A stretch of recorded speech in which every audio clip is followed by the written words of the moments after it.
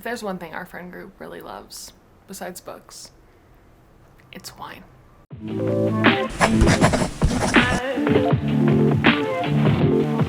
My local bookstore does this really fun thing where they pair books with wine. If you've ever followed me on TikTok, you'll see that they do it every month. And normally I go almost every single month. Then I got pregnant. Obviously wasn't drinking wine. My book club, after we had gone a few times, we were like, man, this would be really fun if this was like with cocktails or something.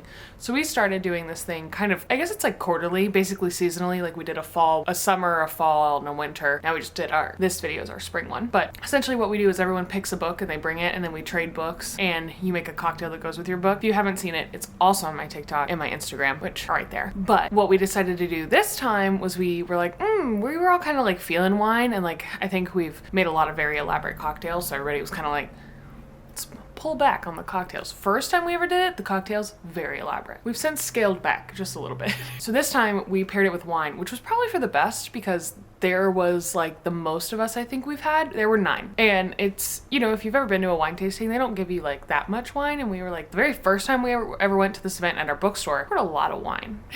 It was only 6 books when you go to the bookstore. So we, for some reason, felt inclined to also pour a lot of wine. And it was 9 glasses of wine. So it's a lot of wine. First time with cocktails. I mean, like literally, if you go look at the comics section, people are genuinely like, are you guys okay? Next day, we were all fine. But I did some research before we did it this time, and I organized the order we went in of like wine tasting would do. That was probably helpful because everyone said they didn't wake up with like a headache or a hangover or anything. So I think that, I'm sorry, 2 children just rode by my window in my apartment complex on bicycles. Random. We're moving soon into a townhouse, and there I will have a fenced-in backyard that is all my own, and I am positively tickled about that. But anyways, we decided this time to do it with just wine, and we changed it up where in the past we've just traded books and like you've gotten your book back, because I am a book collector, so if I'm gonna bring a book and it's mine, I want it back. But this time I think what we did was really fun. We all bought the book to give, so like everyone bought a book and essentially it was like a book exchange kind of thing, which I think was really neat. So like I bought my book, I think was like $15 off of Amazon, and then my wine altogether was like $15, and the ticket to the event we normally go to is $30. So essentially I spent the same amount. Yeah. So anyways, so we all picked and brought books, and I made sure that there wasn't a book that everyone in the group had read. So worked out really well. Here you go. Let's get into it.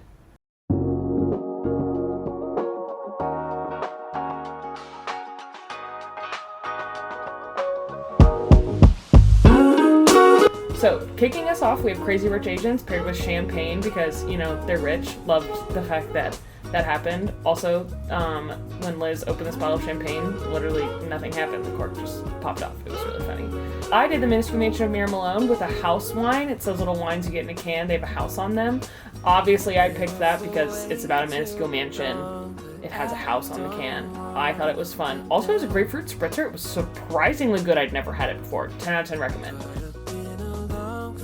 Summer of 69 paired with the Sea Glass Pinot Grigio.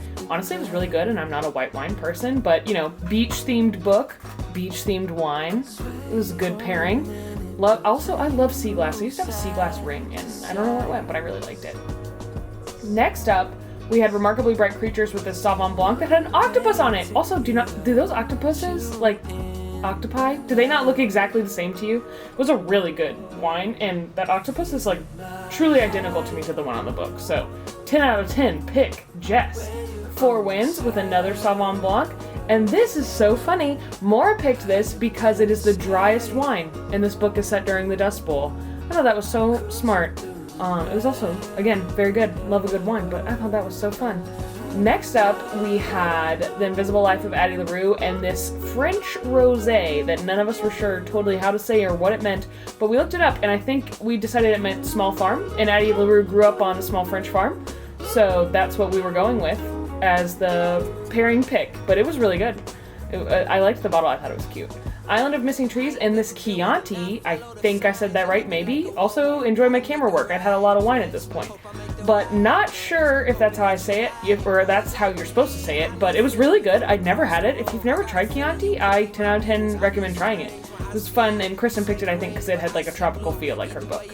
The Last Mrs. Parrish and this Petite Soraya. Taylor, don't kill me. I genuinely cannot remember why.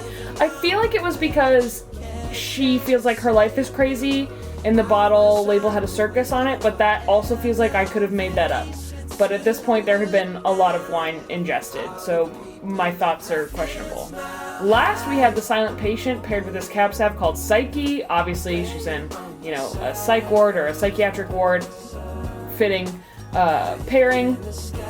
I truly can only remember that because of the name on the bottle.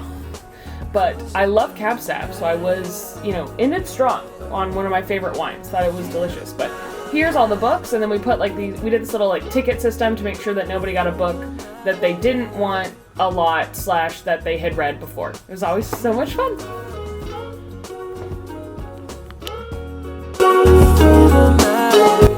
As you can see, very fun. We all had a great time.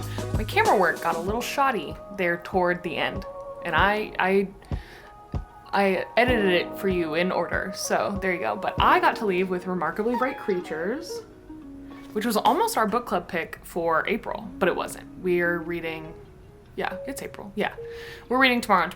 But I left with Remarkably Bright Creatures. I am super excited about it. So yeah, that is our books in a bev, except this time it was books in wine. So really, we just did page pairings, which is what our bookstore does. But hope you enjoyed. We'll be here next time.